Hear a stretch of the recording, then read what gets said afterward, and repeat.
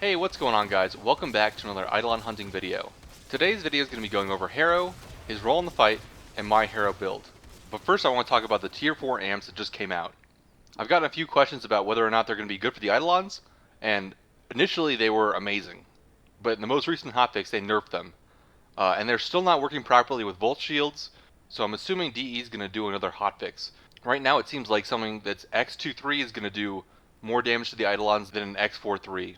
We'll see if there's any more balance changes to it, but right now I think we're back to using the 2-3 amps, which is pretty disappointing, I'm not going to lie. It'd be nice if they made the new amp more useful, but I guess it's just not going to happen. Anyways, back to the video. Harrow's one of the best utility frames for the fight, and that's because by using his 4 Covenant, you're able to ignore the magnetic procs and damage that the Eidolon does during the energy spike phase, which is this phase here after you break a limb. Before we look at my build, I really want to go into how Covenant works. So upon casting Covenant, Harrow's going to make himself and all allies within affinity range immune to damage and status effects. During this invulnerability phase, Harrow will absorb enemy damage that's been inflicted on you and your allies.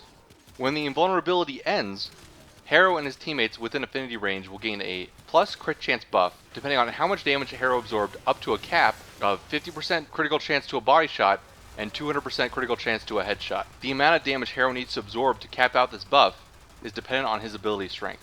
And a very important thing to know about Harrow's Covenant is that while you have the crit buff or you're immune from the initial effect, you can't recast the ability. It's for this reason that you want lower duration for the Eidolon hunts, so that Harrow's Covenant is up every time the Eidolon goes through an energy spike. Because of this, you want to balance your duration with how quickly you're killing the Eidolon shields. Perfectly balanced, this whole thing should be. So now that I've gone over the basics of how Covenant works, let's look at my build for Harrow. The most important stat you want to be paying attention to for Harrow is duration. For the Eidolons, you want the duration on your 4 Covenant to last just long enough. Now you'll notice here that I have negative duration, sitting at 94%.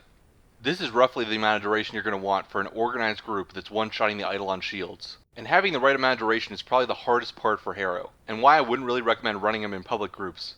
And that's because it's hard to judge how much duration you actually need, because the longer it takes your team to take down the shields, the more duration you're going to want. It's much easier to plan your duration for an organized group that's one-shotting the shields, because you'll know exactly how long it's going to take you from taking the shields down to killing it and then resetting.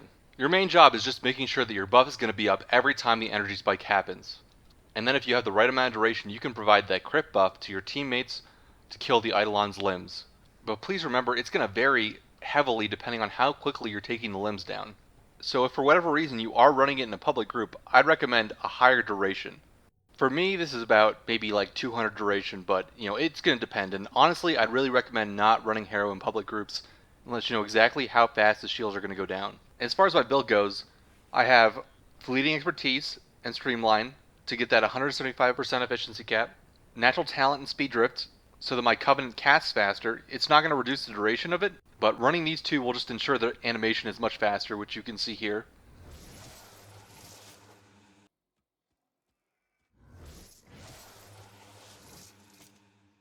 And then I have Continuity and a slightly underleveled Augur Message to make sure I get the duration that I want. Here I have 94%, but you can also adjust this between like 90 and 100. I think is typically the Goldilocks range for one-shotting the shields. And then I have Transient Fortitude, which both reduces my ability duration, allowing me to be negative, and gives me some ability strength, making it easier to get a higher crit chance on your buff. It's by running both Fleeting Expertise and Transient Fortitude that we get negative ability duration. I also have Vitality here for my survivability mod. And then as for my Aura and my Exilus slot, I'm running Corrosive Projection and Coaction Drift. But you could also substitute something in like Enemy Radar here, or Deadeye if you have the Polarity. And remember, because Covenant is based on affinity range, you don't need any range for your Covenant to work, making ability range not useful for the Eidolons. And then as for Arcanes here, you can run something a little different than Arcane Nullifiers. I simply have them to ensure I never have a magnetic proc, even if I mess up my Covenant. But if you're running a Harrow or some other Warframe to make your team immune to the magnetic procs, you can run other things like Arcane Energize or Arcane Momentum if you want to. But honestly, I find Nullifiers just fine. You're not going to get a crazy amount of value from putting a damage or survivability arcane there. And I'll quickly show the other builds I'm going to be using during the video. Here's my Lanka, my Sicarus, my Skoliak, and my Adarza Kavat. And as for my focus cool, I'm using MADURAI with Void Strike, which I would recommend if you're playing Harrow. And then, like I said, I'm using the 323 instead of the new amps now. But now that I've shown you the build, let's just look at some Harrow gameplay. Harrow is one of the simplest frames to play during the fight, and that's because you're basically just casting your 4 every time the energy spike happens and then going back and charging Void Strike in your operator's Void mode. There's really nothing else for you to do. Once you've given your team the crit buff and made them immune to the magnetic procs, you've done your job. Now if you're doing this in a public game, which is what I recorded here, you're probably going to have to shoot as well, but in an organized group, you're not going to be shooting, you're just going to be using your ability and charging Void Strike to take down the shields. The hardest part of playing Harrow is getting your duration right for the fight, and then timing your Covenant properly for the waves of magnetic energy during energy spike. Typically I wait for the Eidolons to make this noise, which lets me know that the magnetic waves are about to come out, and I'll need to cast my Covenant to make my teammates immune. I don't play Harrow very often during the Eidolon hunt, so I'm probably not the best at this, but once you get good, you should be able to always avoid all the magnetic procs. And with this build's 5-second duration for the energy spike immunity, you'll be able to cast it, one-shot the shield, and then shoot the Eidolon with the buff still active, giving you and your team a 50% additive crit chance to the Eidolon's limbs.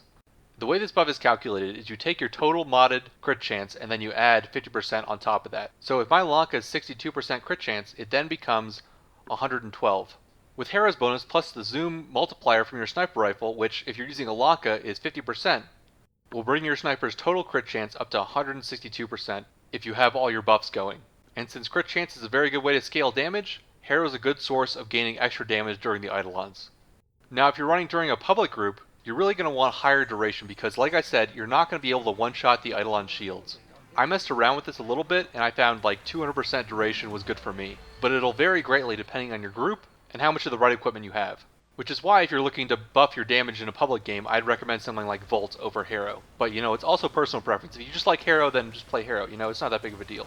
And as for the final shot in the head, you can cast your Covenant a little bit before the Eidolon stands up to give your group the extra crit chance buff. It might not be fully maxed if there's not a lot of damage going out, but that's not a huge deal since the buff will give you more crit chance for a headshot. And if your group already has enough damage, you could also just cast your Covenant to make your team immune and ensure you get that final shot off without getting staggered or anything like that. Overall, Harrow's role is very simple in the fight. You cast your Covenant to ignore the energy spike, which will then give your group additional damage via crit chance for both the limbs and the Eidolon's head, which makes Harrow a very good and useful addition to most Eidolon hunts, although I wouldn't classify him as being absolutely necessary. But that's going to do it for this video, guys. I hope you found it helpful in understanding how Harrow works during the Eidolon hunt, and if you did, I'd appreciate it if you leave a like. If you have any questions or suggestions about anything I covered in the video, please leave a comment below. That's it for me. Hope you guys all have a good one, and I'll see you later.